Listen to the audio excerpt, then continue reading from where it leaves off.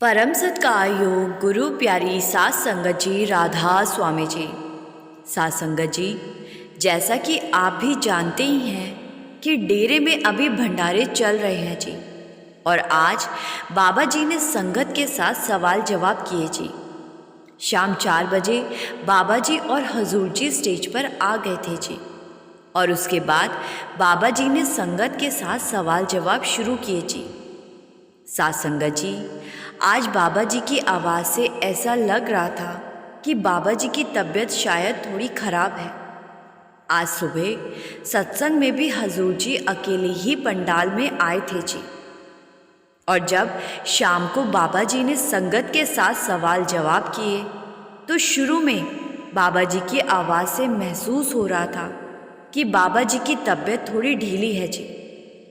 लेकिन बाद में बाबा जी ने संगत को इतना हंसाया कि सबके मन से डाउट क्लियर हो गया कि बाबा जी की तबीयत खराब है। एक बीवी बाबा जी से कहने लगी कि बाबा जी, जब मैं छोटी थी तो मैंने सोचा करती थी कि मैं जब बड़ी हो जाऊंगी तो मैं ज़रूरतमंदों और गरीबों की मदद किया करूंगी। लेकिन अब जब मैं बड़ी हो गई हूँ तो सिर पर इतनी जिम्मेदारियां आ गई है कि जो मैंने बचपन में सोचा था वो मैं कर ना पाई। बाबा जी ने समझाया कि बेटा, यहाँ आपको ये समझना चाहिए कि हमारी जेब में अगर 10 रुपए हैं तो किसी की 11 रुपए की मदद नहीं कर सकते, क्योंकि हमारे पास है ही 10 रुपए। इसलिए हमें वही करना चाहिए जितनी जिम्मेदारी हम अपने सिर पर ले सकें। मन में तो बहुत कुछ आता है कि मैं ये करूं, मैं वो करूं, लेकिन हमें अपने दायरे से बाहर जाकर कुछ नहीं करना चाहिए। फिर यही बीवी कहने लगी कि बाबा जी, मुझे लंगर में सेवा करनी है, लेकिन अब हमारे पास सिर्फ पंडाल की सेवा आती है। आप हुक्म कर देंगे तो मुझे लंगर की सेवा भी मिल जाएगी। तो बाबा जी ने हंसते हुए कहा कि अब मैं लंगर घर में फर्श लगवा दूं। ये सुनकर संगत भी हंसने लगती है। तो बीवी कहने लगती है कि नहीं बाबा जी, मैं तो लंगर की सेवा की बात कर रही हूँ। तो बाबा जी ने मुस्कुराकर हाँ में सिर हिला दिया। फिर एक बीवी बाबा जी से पूछने लगी कि बाबा जी, कई बार मुझसे भजन सिमरन नहीं हो पाता। मैं बड़ी कोशिश करती हूँ, लेकिन मुझसे कभी कभी हो ही नहीं पाता। तो बाबा जी ने समझाया कि बेटा, सूरज हर रोज नहीं निकलता, कभी कभी बादल भी आ जाते हैं, लेकिन हमें रुकना नहीं है। बड़े महाराज जी कहा करते थे कि मन लगे या ना लगे, हमें भजन सिमरन पर बैठना जरूर है। फिर यही बीवी कहने लगी कि बाबा जी, मेरे घर परिवार के कुछ लोग हैं जो परमार्थ पर नहीं चल पाते। मैं उन्हें समझाती हूँ, लेकिन वो फिर भी नहीं चल पाते।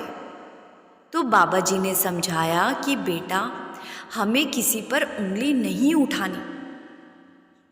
हम पता नहीं क्यों दूसरों की परख करने लगते हैं। हमें तो माहौल अच्छा बनाना है। जब घर का माहौल अच्छा बनाएंगे तो सभी पर इसका असर पड़ेगा। फिर एक लड़की ने बाबा जी से ट्रांसजेंडर के ऊपर सवाल किया। लड़की ने पूछा कि बाबा जी, दुनिया में कुछ ऐसे लोग आ जाते हैं जिन्हें शायद लड़का बनकर आना था, लेकिन वो लड़की बनकर आ जाते हैं, और फिर बाद में वो लोग डॉक्टरी मदद से अपना जेंडर बदलवा लेते हैं। तो क्या ऐसा करना ठीक है? तो बाबा जी ने समझाया कि बेटा, ये जो भावना हमारे अंदर उत्पन्न होती है, ये हमारे मन से आती है, और मन को हम काबू में रख नहीं पाते। इसीलिए हमें बैलेंस बनाकर चलना है। फिर एक भाई बाबा जी से कहने लगा कि बाबा जी, कई बार लोग मेरी कद्र नहीं करते और मुझे बहुत बुरा लग जाता है। तो बाबा जी ने समझाया कि बेटा, हमें क्या लेना दूसरों से। दुनिया ने तो बड़े बड़े महापुरुषों की भी कदर नहीं की थी। हम तो चीज़ ही क्या हैं। हमें बस एक बात ध्यान में रखनी है कि हमें उस मालिक को खुश करना है। दुनिया को आज तक कोई खुश ना कर पाया है और ना कर पाएगा। इसीलिए आप बस मालिक की खुशी का ध्यान रखें। उसी ने आगे साथ निभाना है। फिर एक भाई ने बाबा जी से पूछा कि बाबा जी, मेरी आपसे अरदास है कि आप मुझे बख्श देना। नामदान लेने के बाद मैं गलत रास्ते पर चल पड़ा था। आप मुझे मेरी गलती के लिए माफ़ कर देना। तो बाबा जी ने समझाया कि बेटा, यहाँ जितने भी बैठे हैं सबसे कोई ना कोई गलती ज़रूर हो जाती होगी। गलतियाँ तो जीवन में हर कोई करता है। हमें तो गलती से सीखना है और आगे बढ़ना है। पीछे जो हो गया उसको दोहराना नहीं है।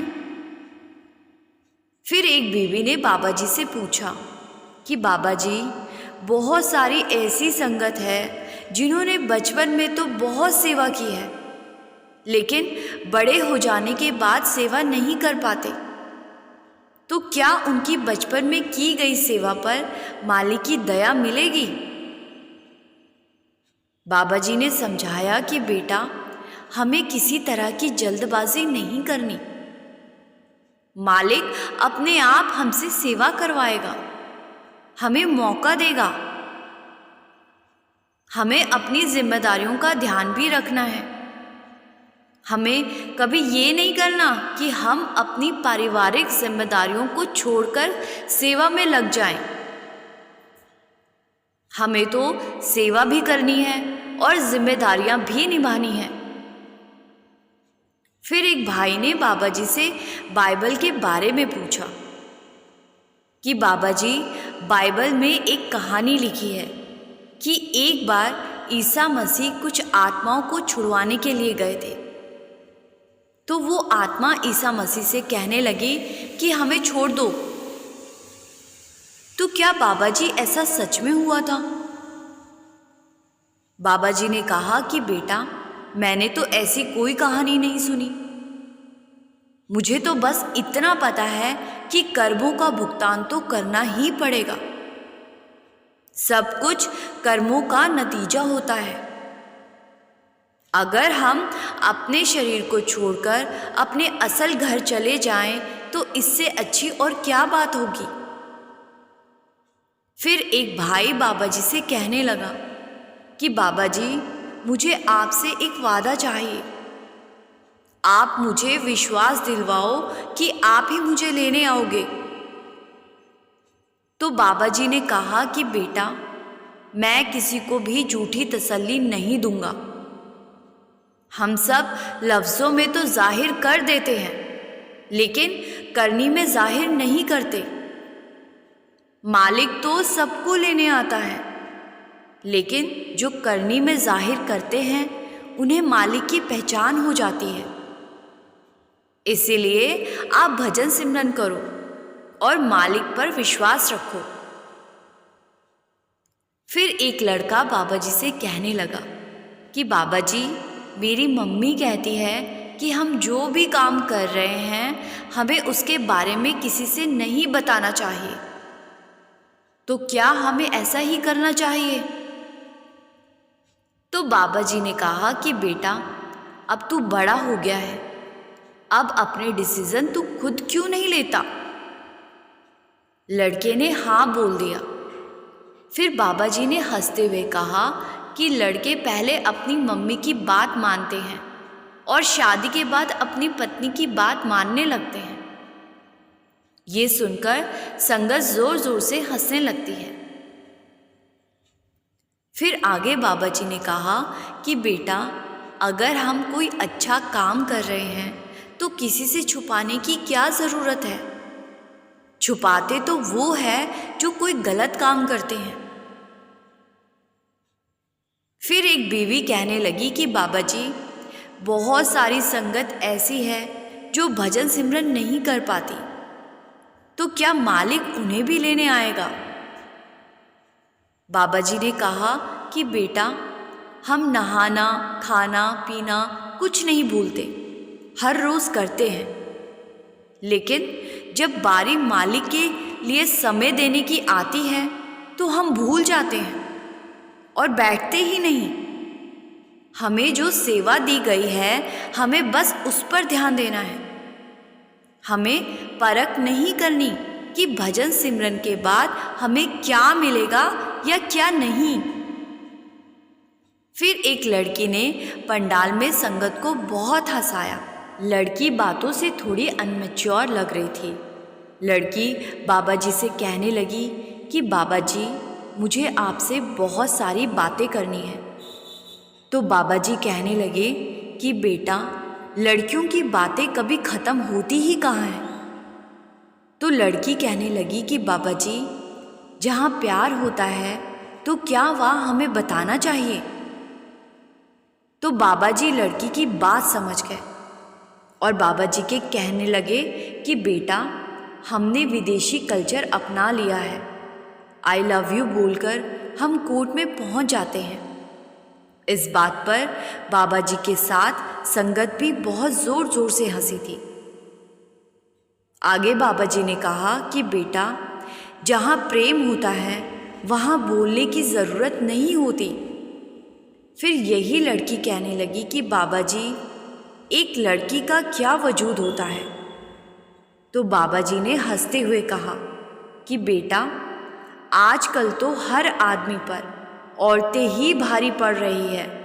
संगत फिर से हंसने लगती है। फिर यही लड़की कहने लगी कि बाबा जी, आप मुझे सचखंड ले जाना। तो बाबा जी ने फिर से हंसते हुए कहा कि तू कौन, मैं खामखा। संगत फिर से ज़ोर ज़ोर से हंसने लगती है और बाबा जी भी हंसने लगते हैं। साथ संगत जी, ये 8 डेरे में शाम 4 बजे बाबा जी और संगत के बीच सवाल जवाब हुए थे जी। आपसे विनती है जी, वीडियो को ज़्यादा से ज़्यादा शेयर ज़रूर कीजिए जी, जिससे कि सारी संगत 8 डेरे के सवाल जवाब सुन सके जी। कमेंट में राधा स्वामी लिखना मत भूले जी। गुरु प्यारी साथ संगत जी, राधा स्वामी जी।